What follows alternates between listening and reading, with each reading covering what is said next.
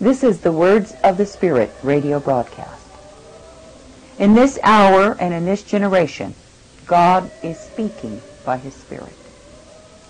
In these times of sorrow, devastation, tribulation, these words are given by the Spirit for strength, for power, for guidance, and for direction. As you receive these words, you will receive of His life.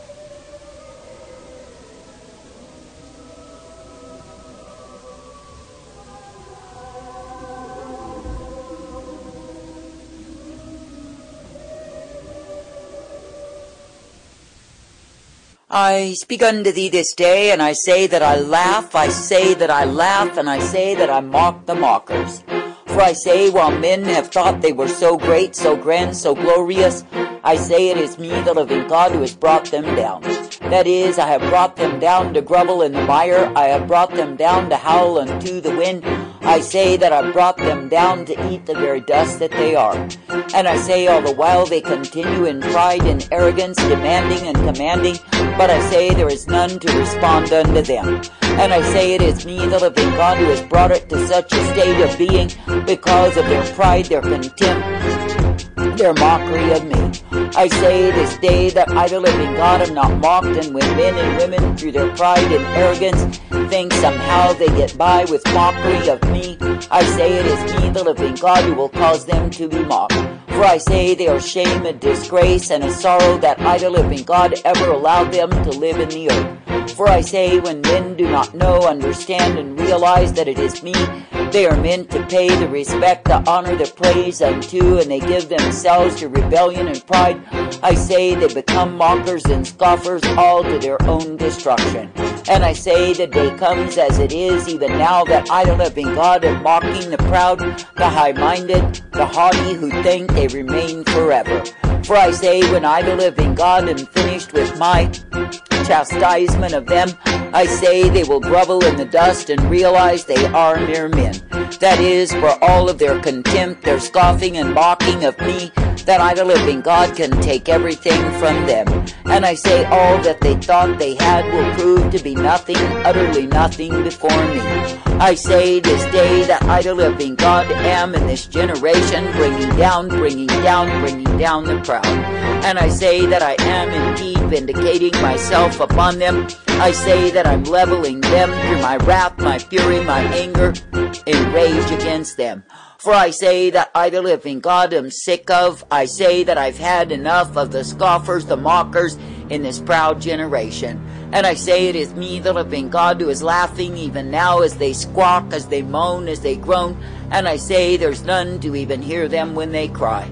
For I say that none is concerned about their plight, about their circumstance, about their so-called situation.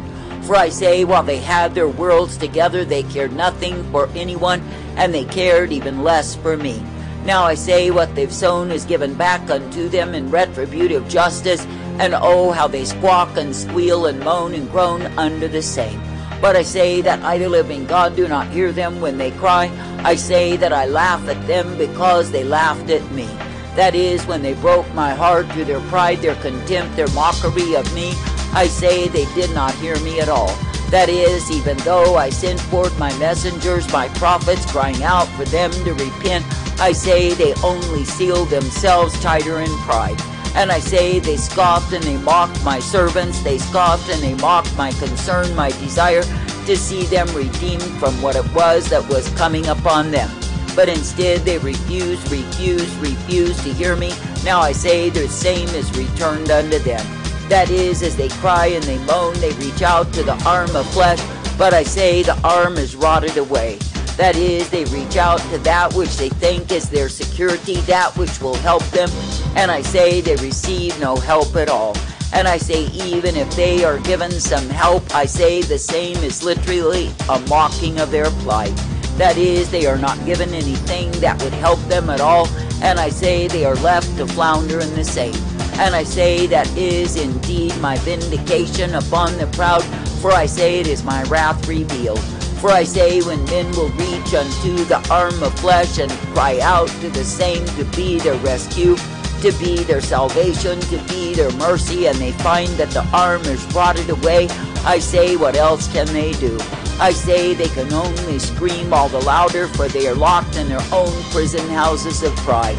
I say this day that I, the living God, do not put men in such a state, but I say they put themselves there because they refuse the humility way. That is, they refuse to repent, to turn from the error of their way, to come out of their big proud estates and come down and seek for me. That is, they refuse to hear the words of my prophets when they are sent forth. I say they refuse to turn from their wicked ways. And I say then when the day of their retribution comes, the day of their calamity, and they reach out to the idols they have trusted in, I say they find themselves reaching to the wind. That is, they reach for a security, they reach for a comfort, and I say they find nothing at all.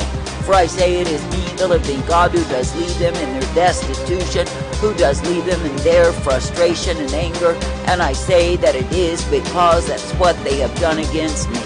Now stop and consider when men are proud of their contempt, their hardness of heart, and indeed their scoffing and mockery of me, I say, shall not the same be returned unto them? That is, returned multiplied, because they are disagreeable towards me, their Maker, their God. And I say all the while they imagine in their pride they get by with their mistreatment of me, but I say that it is not true. For I say it is me, the living God, who will humble and bring them down and reduce them to the plight they are worthy to receive. I say this day that I, the living God, have intended that those who are my people would be coming forth walking uprightly in me. That is, that they would be thankful to perceive, to receive of the truth, the light that I give them day by day. For I say it is me, the living God, who is indeed the way of righteousness, blessedness, truth and strength and mercy always. And I say if men would respect me, I say that I would keep them and direct them and hear them when they cry. But I say when men are full of pride and arrogance, as they are in this wicked generation, I say of course they are inviting, magnetizing unto themselves the cup of my wrath. And I say that the beautiful thing is about my justice is that man cannot dictate the same unto me. That is, when I, the living God, determine to show forth my sore displeasure, I say there is none that can say they've had enough. That is, they cannot stop me by all of their moaning and groaning and sore complaints against me, for I say they are not in charge. And oh, what a revelation that is to the proud fools who think they rule supreme, who think that all they must do is push a button and the world will hearken unto them. I say, look at them now in all of their squalor, oh, how they holler, but I say they howl unto the wind. For I say when they reach to the arm of flesh they thought for sure was their never-ending security, that they thought was their backup in time of trouble, I say that the arm is rotted away. And I say they reach and reach to reach only into that which is contamination, defilement, rot, and decay, and gain nothing from the same, except the stench of the sourness of death that is on the rotting arm. I say this day that I, the living God, have intended that men would cry out unto me, would look for me, would desire me. That is, I've intended that men would receive their comfort, their protection, their mercy of me, the Most High God. And I say when men will see their utter need of me and face the same, and look to me as their refuge, I say that I, the living God, will welcome them. But I say when men are trusting in their own proud thoughts, their own imaginations, as to how great they are and the rottenness of the arm of the flesh, I say they are trusting in lies. And I say they are trusting and trusting and trusting in that which will betray them, in that which will let them down, and oh, how they shall howl. For I say they are given to complaints time and again, and it is all for naught. For I say that I, the living God, allowed my own people to perish in the wilderness because of their complaining against me. I say, what are these reprobate, proud fools who are contemptuous towards me and scoffing every day of their lives? I say they are absolutely nothing unto me, and I say they shall perish, they shall perish, they shall perish as others have done before them. And I say, for all their complaints, they will not move me. For I say that I, the living God, am not mocked. I say this day, when you see me vindicate myself upon the proud, I say, do not be mourning for them, neither give unto them false sympathy, for I say they are not worthy of it at all. But I say they are worthy of the retribution that I, the living God, am heaping upon them, because of how they have disrespected me. That is, they walked in pride and arrogance and insolence against me, and I say now they receive what they have sown. I say, when you see the seeds come forth in full harvest, I say, let them reap their crop. For I say, it is me, the living God, who has given unto them the bountiful harvest of my wrath, my fury, my indignation against them. For I say that I, the living God, am not mocked, and when men will think through their pride that they are capable of mocking me, oh, how deceived they are.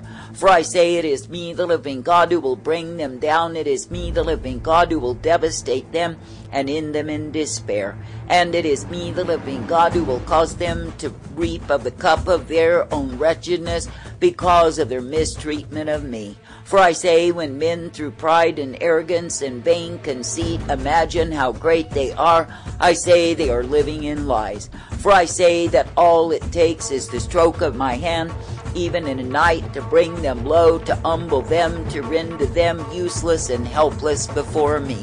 And I say, even though they may squawk and moan and groan, I say there is no deliverance from the calamity at hand. For I say, it is me, the living God, who has brought the disaster, and I say that I brought the aftermath of the same. And I say, no matter how much they complain, it does not matter to me. For I say, they may whine and moan and groan unto the wind, and I say, even their so-called friends turn a deaf ear unto them. For I say, in all of their clamor, that I will continue to hammer away at their shell of pride. For I say, they think they have insulated themselves, separated themselves from me through the wall of pride, but I say that I can, through my hammer, break down the same. And I say that I will leave them to see what miserable wretches they are, totally destitute of me. I say this day that I, the living God, am not called my true ones to mourn over the wretched state of the wicked, but I say that I've called them to rejoice. That is, be glad that it is me, the living God, who is indeed bringing down the proud. I say, be thankful unto me. I say, when you see these ones who are in proud array, set in their prison houses of pride, thinking they remain forever, know that it is me, the living God, who can reduce them to shambles.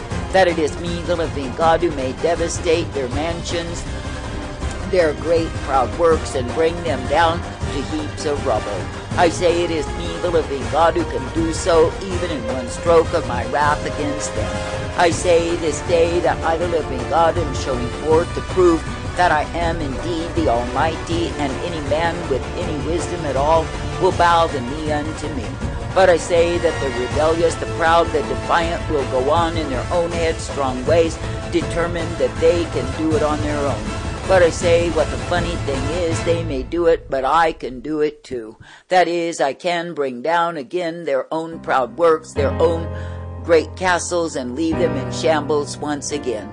I say, how long shall men live in defiance of me, live in rebellion against me, and imagine somehow they get by? For if I, the living God, did allow to perish my own people in the wilderness, what are these fools in this time unto me? I say they are nothing but hard-headed and stubborn, proud fools who are headed in the course of their own damnation. And I say they can scream and rant and pant unto the wind, but it is all to no avail.